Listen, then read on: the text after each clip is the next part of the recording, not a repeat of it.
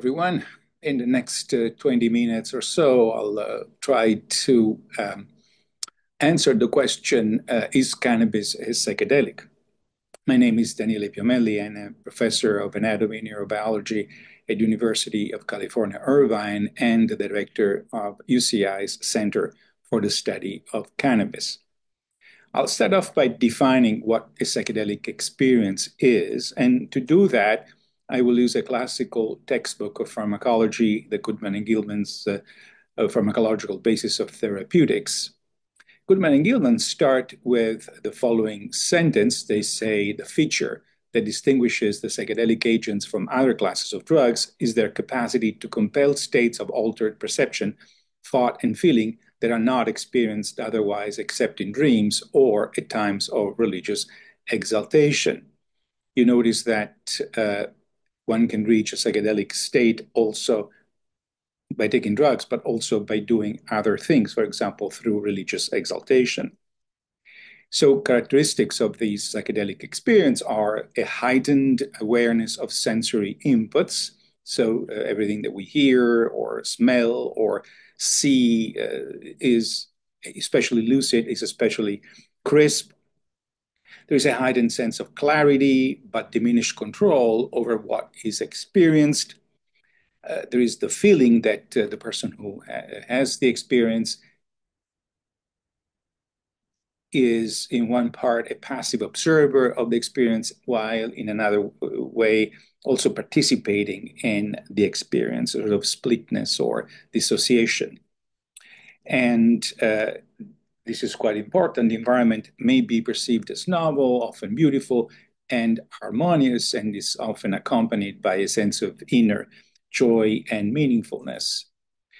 And probably one of the most significant things is the attention of the user is turned inward, such that the slightest sensation may take on a profound meaning.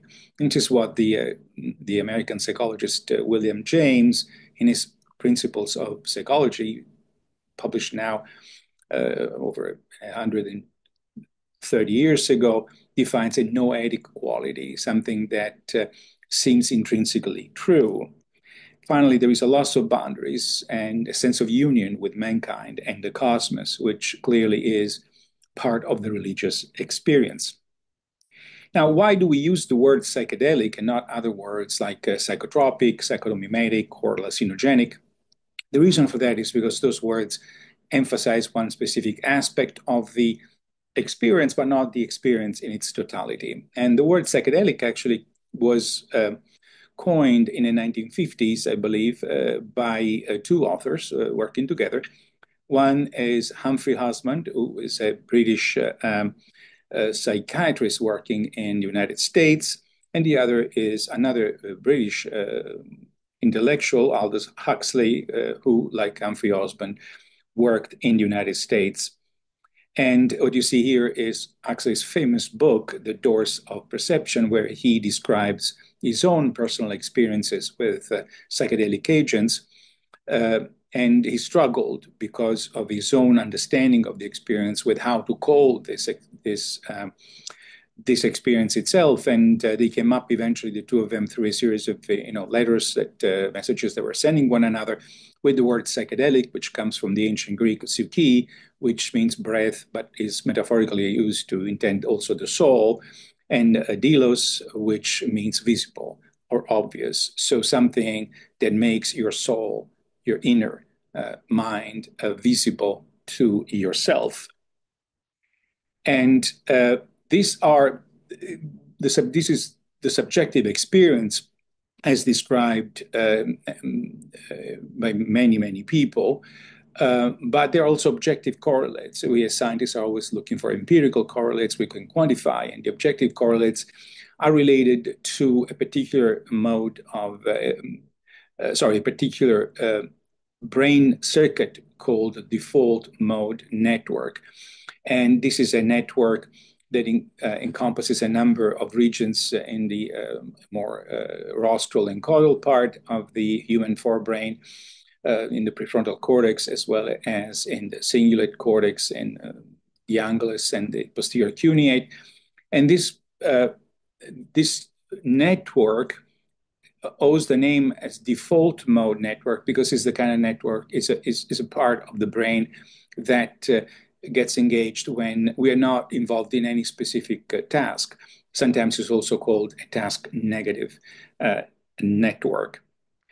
And the link between the default mode network and psychedelics is established by the fact that that's one known empirically determined effect of the psychedelic substance use is that there is a reduction in the DMN connectivity and activity that goes hand in hand with an increase in global brain connectivity. So this is not these drugs don't work like, I don't know, a gaseous anesthetic, which completely blocks basically brain function and stops brain connectivity. In this case, what happens is that the DMN is less active, whereas the global brain connectivity is increased. Other effects of the psychedelics on the DMN include the decoupling of the DMN from other networks, like the social network, for example, a decrease in the so-called alpha waves, which are slow waves in the brain, particularly important in the prefrontal, in the posterior cingulate cortex, and the fact that under the influence of a psychedelic, the task-induced deactivation of the default mode network is diminished. So before we get into the question itself, I'd like to share with you a methodological warning. And this warning stems from back in the 19th century when the first scientists started to look at the effects of cannabis. And in particular, we owe it to this gentleman here. His name is Jacques-Joseph Moreau Dutour, who was a Parisian psychiatrist active in the end of the 19th century, and who wrote what I think is the first and probably one of the best descriptions of the effects of cannabis, entitled, as you can see here, this is the title page, Du hashish et de l'aliénation mentale, études psychologiques, which means on cannabis. Hashish is an Arabic word that was very common in Europe at the time to call cannabis, and mental disorders, and was published in 1845. So in the introduction of this book, there is a sentence that really struck me, and I think it will be of interest to you as well, and is the following. He says, "It is by myself," this is, Moreau speaking, "it is by myself and not merely through the reports of others that I learned to understand the effects of hashish. Observation," he continues, "only reaches appearances that teach absolutely nothing or can lead to the grossest of errors." So what Moreau is saying here is that you can talk about cannabis competently only if you know by personal experience, from personal experience, you know the effects of this agent. And this particular viewpoint, I feel, is not isolated. It's not just Moreau expressing this idea. It is really a problem at the center of modern science. And I like to cite in this regard a fairly, maybe not well known, but certainly deserving of attention philosopher from Oxford, England. His name is Gilbert Ryle. He died in 1976. And he's an author in 1949 of this book, The Concept of Mind, where you can find this citation.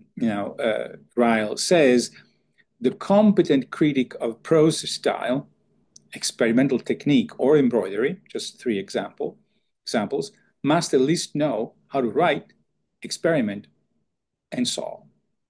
Again, what Ryle is pointing out, just like Moreau did, is personal knowledge, personal experience is critical to a thorough understanding of a subject. So that is not really a simple question. Anyone who is interested in these matters from a philosophical perspective will know that there is a tension between empirical evidence and subjective evidence. But I wanted to throw it out there for you to think about it, because in the case of psychedelics, this is especially important. So let me tackle the question, is cannabis a psychedelic? I will go over similarities and differences in the chemistry of the active components, the receptors involved, the subjective experience again, and some of the objective correlates. So, are there any chemical similarities between psychedelic agents and cannabis? So here are some structures, some chemical structures. To the left here, you can see LSD, lysergic acid diethylamide, and psilocin, which is the active product of psilocybin metabolism. The psilocin is the active ingredient. And what I've done here, I also put the structure of serotonin or 5-hydroxytryptamine, because as you can see, these agents both resemble 5-HT. In fact, they are called serotonergic psychedelics. As we will see, they act on a serotonergic receptor. And you can also see here, by comparison with the structure of the active ingredient in cannabis, delta-9 tetrahydrocannabinol, or THC, that there is no resemblance whatsoever. In fact, THC is a terpene, is a terpenophenolic compound, whereas these guys here are clearly nitrogen-containing compounds, so they are alkaloids. What about non-serotonergic psychedelics? There are other compounds that produce a psychedelic experience that don't work through serotonergic receptors. And listed here are 4 of them: ibogaine, scopolamine, ketamine, and salvinorin A. Ibogaine, scopolamine, and salvinorin A are derived from plants. Ketamine is a synthetic compound, has a very peculiar pharmacology, produces a type of psychedelic experience called dissociative psychedelic experience, and is quite unique. But you can see that the only compound in this series here that has any chemical or, if you wish, biosynthetic relationship with THC is salvinorin A, which is also a terpene. But still, we're talking about very, very different molecules. So we can conclude, and that's an easy conclusion, that there are no chemical similarities between the components in plants and not or synthetic, that the chemicals that can produce a psychedelic experience and cannabis active compound THC. So is there a common receptor? And here I mentioned already that the serotonergic psychedelic, as the name indicates, work through activation of the 5-HT2A receptor, which is a 7-transmembrane domain receptor present in the brain of most animals. And this receptor has been fully characterized. This, what I'm showing here, is not a model. It's actually the X-ray structure of the receptor, published in 2019, in combination with ligand risperidone. And on the other hand, we know a lot about also the CB1 receptor. The CB1 receptor, again, this is the X-ray structure, published in 2016, in combination with this compound AM6538, also a 7-transmembrane domain receptor. However, the sequence identity between these two receptors is minimal. There is 20-25% in the transmembrane region, which is the one that usually has the greatest amount of identity. It's even lower than that in extracellular and intracellular loops. And what about non-serotonergic psychedelic? If we look at ketamine, the synthetic dissociative hallucinogen, works by inhibiting NMDA receptors. Scopolamine is also an antagonist of muscarinic receptors, and salvinorin is an agonist of kappa opioid receptors. Now, none of these receptors, by the way, ibogaine works in a mixture of 5-HT2A, dopamine, kappa opioid, and NMDA receptors. So none of these receptors include directly or indirectly CB1. There could be, of course, crosstalk between the receptors, but prima facie, there is no overlap between the effects of the receptor system activated by non-serotonergic psychedelics and the one activated by THC, the cannabinoid receptor.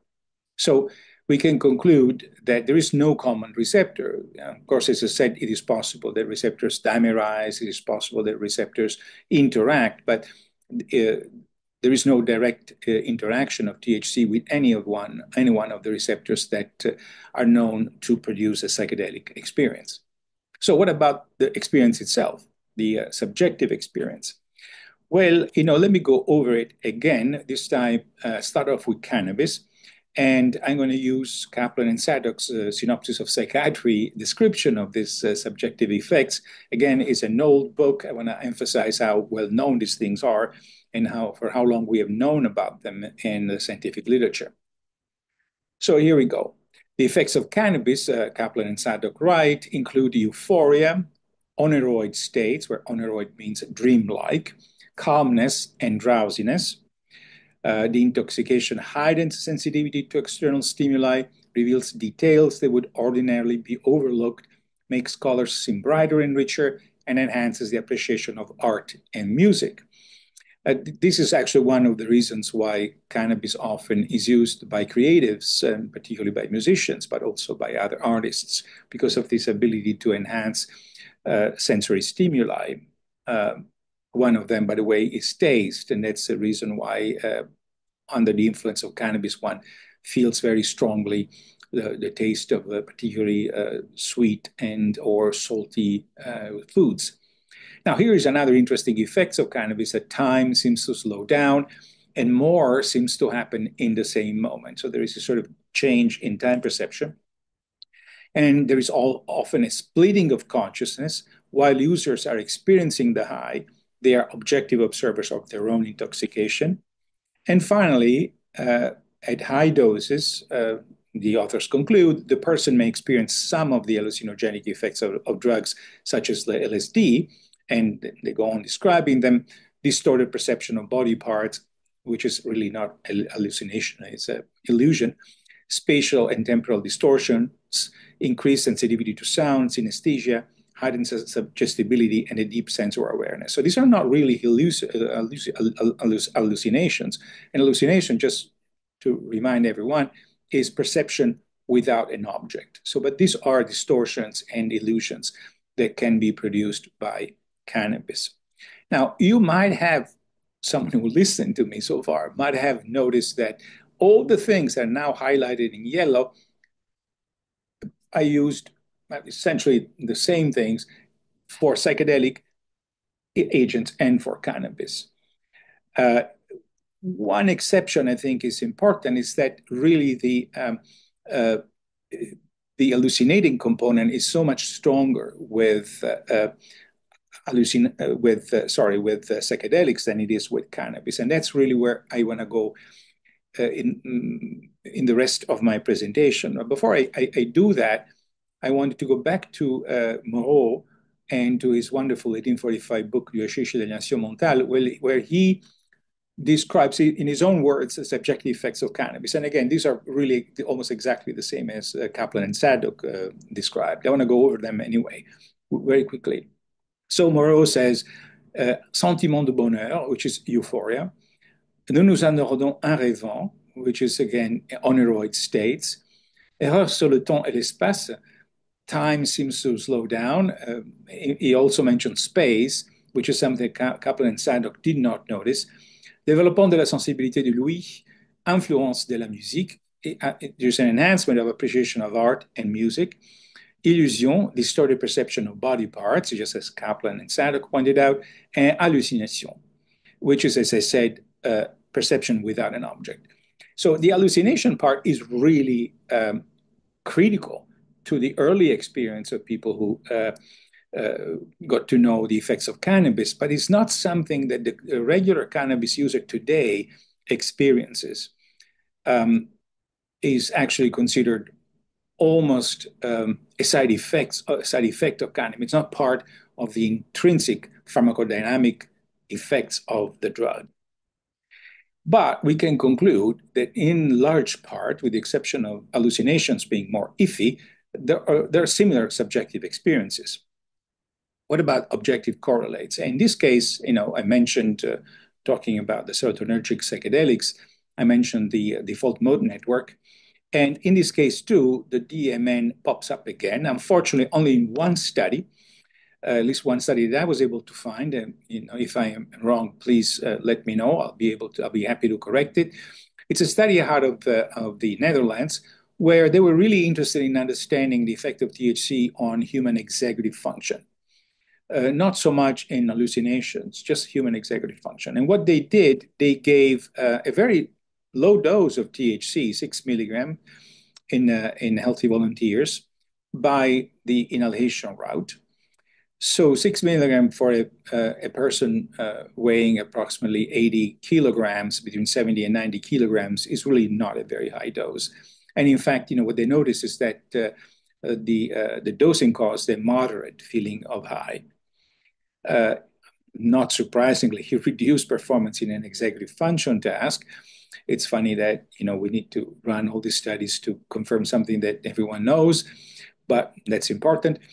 But also, they noticed that doing appropriate MRI scans, functional magnetic resonance imaging scans, that they reduce the drug caused a reduced task-induced deactivation of the DMN, particularly in the PCC, in the posterior cingulate cortex. Again, normally the DMN, the default mode network, is active when we are not engaging in a task. When we start a task, the system, the network goes off, and on a psychedelic agent, this tends to be prevented or countered. So there is something there. Unfortunately, it's a small dose, and so the effect is very small, but it looks like there is a similar objective correlate to be confirmed. So the question that now remains is hallucination. So there are all these similarities in the experience. What about hallucination? Why hallucinations are not more prominent for cannabis if cannabis were indeed a psychedelic? Now, I think that we should not ignore science before last year, although sometimes scientists do that. We have the tendency to look back into the literature 4 or 5 years ago and then stop. But not that that's cool. I believe that we need to go back and see how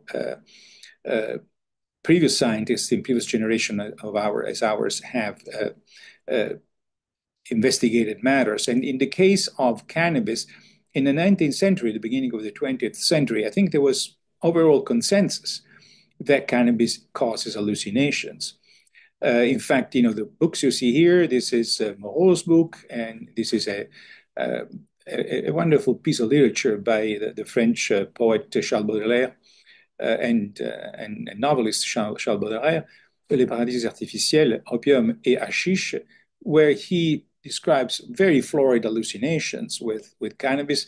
Théophile Gautier, who was a contemporary and friend of Baudelaire and Moreau, wrote something very similar. Again, we're talking about the last couple of decades of the 19th century.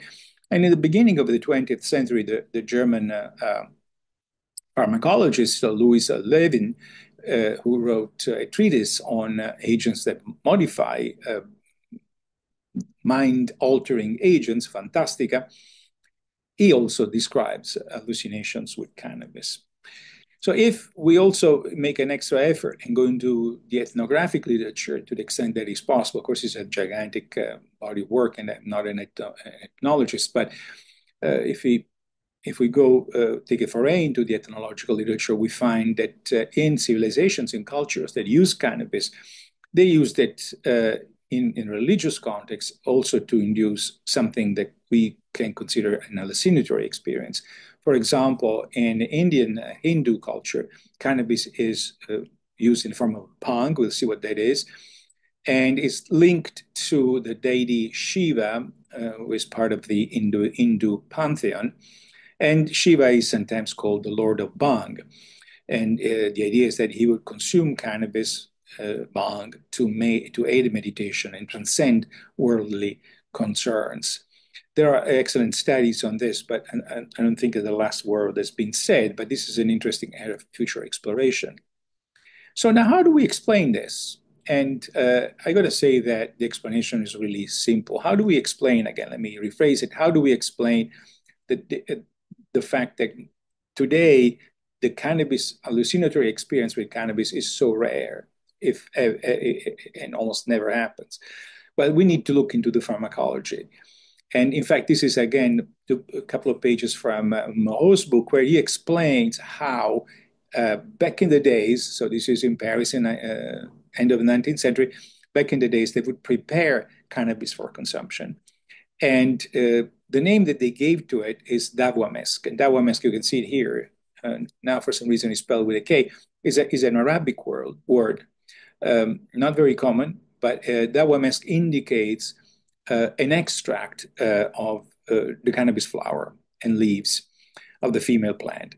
And it's a particular type of extract. This is a lipophilic extract, which basically means that who wanted to make this extract would have to take butter, mix it with water, and boil it. So you would have a kind of an emulsion of boiling butter in water.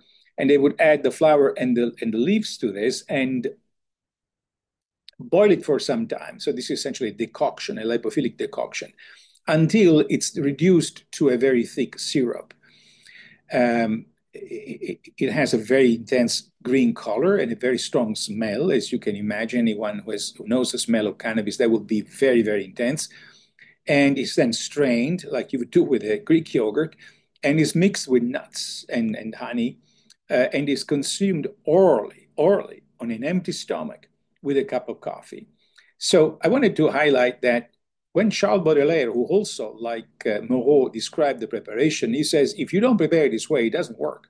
So this is important. This is not just some detail that I'm giving you. It's really important to the pharmacology. Baudelaire says, if you don't do it this way, it doesn't work.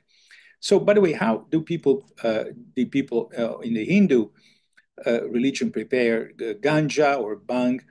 Well, in this case, it's also a lipophilic extract. It's obtained by boiling the leaves and the flowers in milk. And so this is milk. This is not the 2% water or almond milk, whatever, that we have. It's real milk, so it's got a lot of fat in it. So not unlike the cream from which butter is produced. And then it's strained and mixed with nuts. Again, we see this, and it's consumed orally. So I highlighted in red these things because I like to give you a pharmacological explanation that also answers the question, is cannabis a psychedelic? The answer I give is yes, but at certain conditions. And what are these conditions? The first one is it has to be administered at high dosages. And by high, I suspect something between 25 and 50 milligrams of THC. As you will see, that's not the only condition, but at least 25 to 50 milligrams of THC. It has to be given orally, on an empty stomach, preferably, but with a fatty vehicle. Why? Because on an empty stomach, of course, there is less interaction with other nutrients, with other components of the chyle, and with a fatty vehicle like nuts, for example, or butter, because that favors the absorption of THC, which is a lipophilic molecule. So it goes in more quickly and in a larger, so it reaches a maximum circulating concentration quickly and at higher concentrations. It also, going through the mouth, it also enhances first-pass metabolism, which occurs in the liver. And why is that important? Because the first-pass metabolism of THC converts THC into something called 11-hydroxy-THC. And 11-hydroxy-THC is as potent as THC is, but probably a full agonist, which means that it can fully activate the cannabinoid receptor, whereas THC is a partial agonist that can only produce a partial activation. Now, the third condition in males, in men, why? Because we don't know what happens in women. We don't. I mean, it could very well work the same way, but we don't have, from the experience that share with you, all those were guys that basically were trying it. In females, in women, could be different. We know that biological sex is important, for example, in the metabolism of THC, where females of various mammalian species, the mouse and the rat, but also humans, have a much greater ability to convert THC into 11-hydroxy-THC, actually 3 times higher in women than men. Now, the fourth point here is very critical and is the issue that this experience requires the right set and setting. So set and setting is a phrase that is specifically used for psychedelics. It's basically indicates your mindset. So how you go into an experience, how your brain is geared to experience the drug, and the setting, which is where are you when you're having this experience? Is it a very calming place? Is it a very stressful place? Is it a place that you know well, you're familiar with, or is it something you're very unfamiliar with? And just for as other psychedelics, the setting is very, very important for cannabis too, in my opinion, to achieve a true psychedelic experience. In fact, if setting are wrong, things can go awry. And here is an example that I want to give you of that. This is a paper published a couple of years ago by Ryan Vandry, who in this paper, he basically witnessed an experience he had in his human lab at Johns Hopkins, where a user, a test subject, a person who was using cannabis experienced hallucinations. And here's the conclusions that Dr. Vandry draw. He said acute cannabis exposure in a healthy adult male resulted in self-reported hallucinations that rated high in magnitude on several subscales of the HRS. HRS is just a scale used to quantify hallucinations. However, the hallucinatory experience in this case was qualitatively different than that typically experienced by participants receiving classic and atypical hallucinogens, suggesting that the hallucinatory effects of cannabis may have a unique pharmacological mechanism of action, which is certainly true. This type of adverse event needs to be considered in the clinical use of cannabis. Well, certainly, if cannabis is, as I believe, a psychedelic, its effect will be different from those of psilocybin. But let me remind all of us that the effects of psilocybin are different from those of LSD, and those of LSD are different from those of ibogaine, and so on and so forth. So psychedelic experience is a very heterogeneous experience, not only because it's varied, it changes from individual to individual, it changes from drug to drug and setting. And here is the key point. Of course, if you go into an experience because you know you're experiencing a psychedelic, you want to have a psychedelic experience, and you are in the right setting. So if your mindset and your setting are correct, you're going to that experience and you're more likely to have a right hallucinatory experience. If not, that is likely to be different, probably of a bed type. Imagine taking, I don't know, 2 very large brownies containing THC at a party, and expecting to, feel, happy about it, etc. Instead, you start having hallucinations. Of course, what happens next is that you're terrified, and they call 911 and bring you to the hospital. So setting in this case play an important role. And on that, I will stop, and thank you for your attention.